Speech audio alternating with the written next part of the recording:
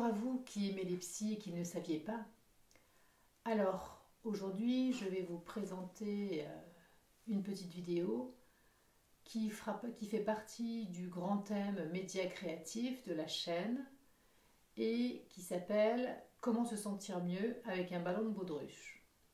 Alors, c'est un peu particulier peut-être, vous vous demandez ce que c'est. Donc, je m'appelle Isabelle Chollet, je suis psychologue et j'utilise régulièrement des médias créatifs dans le cadre de ma pratique thérapeutique, mais également de ma pratique de formation et d'analyse de la pratique. Et là, aujourd'hui, je vais vous présenter comment est-ce qu'on peut faire percevoir une situation autrement par quelqu'un. L'intérêt d'utiliser, comme je le dis souvent, un objet média ou un média créatif, c'est de pouvoir utiliser cet objet, lequel va nous faire comprendre la situation de façon différente. Je vous présente ça aujourd'hui puisque je l'ai utilisé plusieurs fois en consultation, notamment avec des personnes qui justement étaient pas bien, arrivaient pas bien en consultation parce qu'elles considéraient qu'il y avait des choses lourdes qui prenaient toute la place et que du coup, il n'y avait pas de place pour autre chose. Donc je vais vous montrer un petit peu comment je l'utilise. Demandez à la patiente de prendre un ballon, donc déjà qu'elle choisisse la couleur qui lui convienne. Donc là j'ai choisi des ballons verts. Faites en sorte d'en avoir plusieurs, de manière à ce que si les ballons explosent, eh bien on puisse rapidement, si la personne tout d'un coup se sent pas bien, parce que le ballon a explosé, de pouvoir très vite utiliser des ballons pour pouvoir regonfler et recontinuer l'exercice. Donc vous lui demandez de gonfler le ballon.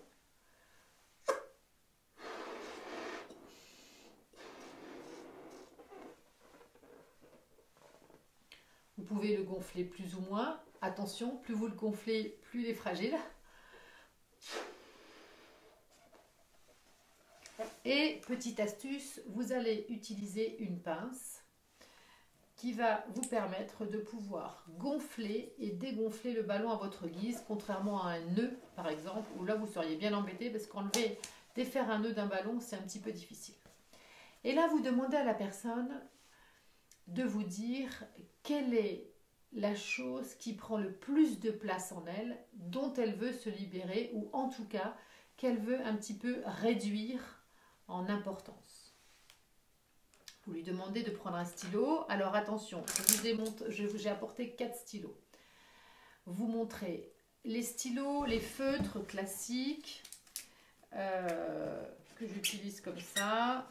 Ça ne marche pas parce que ça s'efface. Hein, donc, pas forcément utile.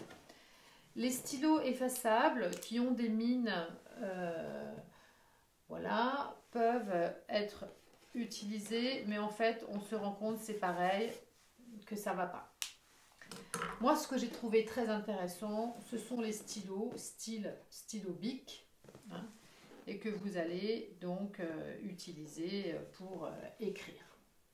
Et vous avez enfin le stylo indélébile qui lui est intéressant parce que comme son nom l'indique, il est indélébile.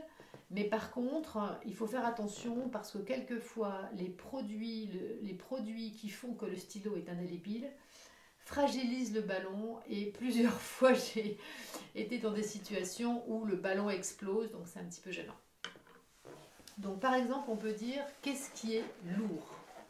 Je vais écrire quelque chose. Hein, je vais écrire par exemple, ce qui est lourd, c'est ma relation avec mon directeur, par exemple. Hein. Et la personne ne se sent pas bien, vient vous voir parce que justement, ça c'est très lourd. Alors, ce que je veux vous dire, c'est que vous pouvez tout à fait, moi je l'ai utilisé en consultation principalement, mais on peut tout à fait l'utiliser avec des groupes, quand il y a des gestions de conflits, quand il y a des problèmes, de manière à montrer aux personnes que les choses aussi peuvent être différentes et des situations peuvent être dégonflées, décongestionnées. Donc, je dis à la personne, voilà, est-ce que le ballon est gonflé suffisamment par rapport à ce que vous vous représentez de comment vous le vivez? Et donc là, la personne va soit rester comme ça, soit ajuster en le gonflant ou en le dégonflant. Ok? Et ensuite, je vais lui dire, ça, c'est la situation actuelle que vous vivez. Maintenant, à quoi souhaiteriez-vous arriver? Et alors donc, la personne, en général, dégonfle le ballon entièrement.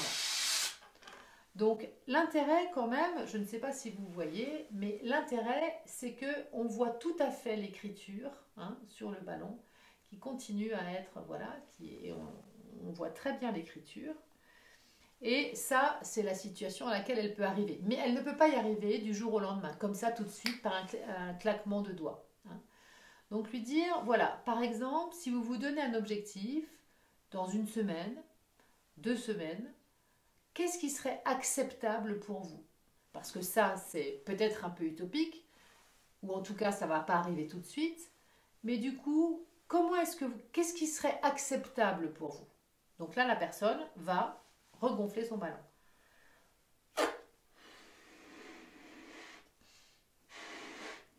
Par exemple, voilà, en le gonflant assez peu, c'est-à-dire, voilà, en général, la personne regarde le ballon, dire voilà, ça, c'est correct pour moi.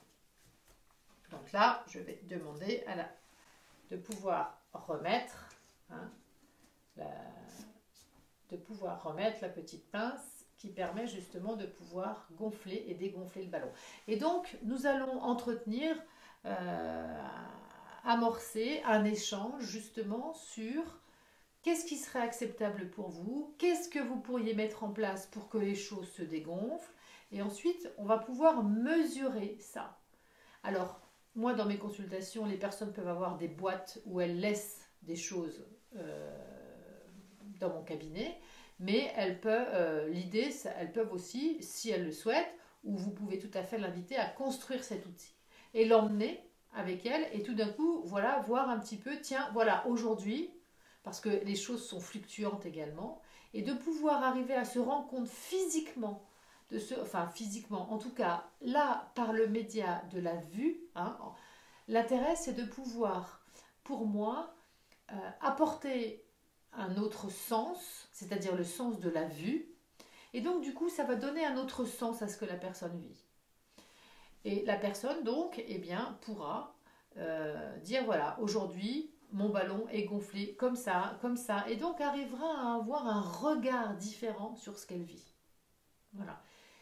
C'est ça qui est intéressant dans l'utilisation de médias créatifs, que je vais vous proposer encore, puisque j'en ai plein dans ma besace et j'en crée énormément. Et vous pourriez tout à fait imaginer en créer aussi, parce que ce qui est important, c'est plus le relationnel créatif qu'on va avoir avec les personnes, que ce soit des patients, que ce soit des étudiants que l'on forme, que ce soit des groupes, que ce soit des salariés, que ce soit, voilà.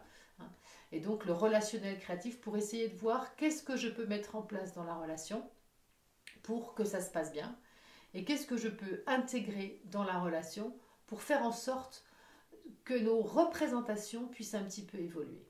Voilà. Si la vidéo vous a plu, donc n'hésitez pas à liker, n'hésitez pas à vous abonner et à mettre des commentaires. L'idée donc de cette chaîne et donc de ce thème sur les médias créatifs, c'est de vous présenter des choses que j'ai pu utiliser et qui ont fonctionné pour certaines personnes, donc pourquoi pas sur vous. À très bientôt. Au revoir.